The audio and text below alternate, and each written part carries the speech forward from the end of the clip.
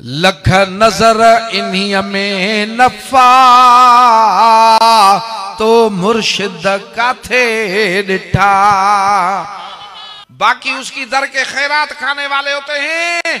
पीरों में से एक पीर है हजरत रोजे धनी बादशाह, वो फरमाता है कि ओ फकीर जब कब्र में जाएगा उसी वक्त अपने जब उसको दफन करके जाएंगे और अब वो कब्र की वहशत देखेगा तो पुकारेगा, ये मेरा भाई कहाँ जा रहा है, बेटे कहाँ जा रहा है, बाप कहाँ जा रहा है, ये कहाँ जा रहा है, उनको पुकारेगा। वो इसकी नहीं सुनेंगे, लेकिन अगर मुर्शिद कामिल है उसको पुकारेगा तो अपने सराहने देखेगा कि वो खड़ा है।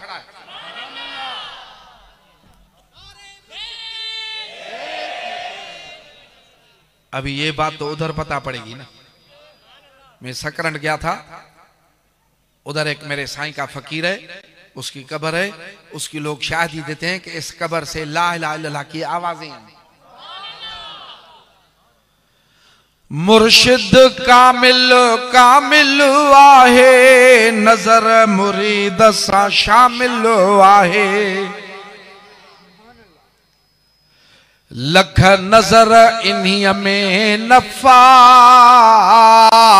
तो मुर्शिद का थे डिठा। बदबख्तन के भाग मिले थो, मुंह मोड़ियो जहे आग जले थो। उहे मंजिल खां अगो डठा तो मुर्शिद का थे डिठा। हू जी, हू तो समझते हो ना, अंदर भी हू बाहर भी हू। हुण बाहू किथ लभीजे हू जी हूं गार लगी, जिक्र सलात जी तार लगी।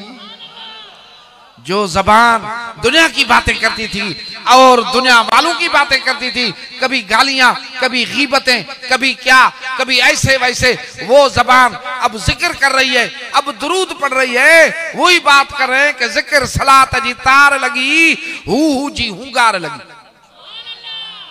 थियो दिल जो काबो सफा तो मुर्शिद का थे डिठा। दरगाह मशोरी शरीफ बणिया, महजो मुर्शिद ताज धनिया।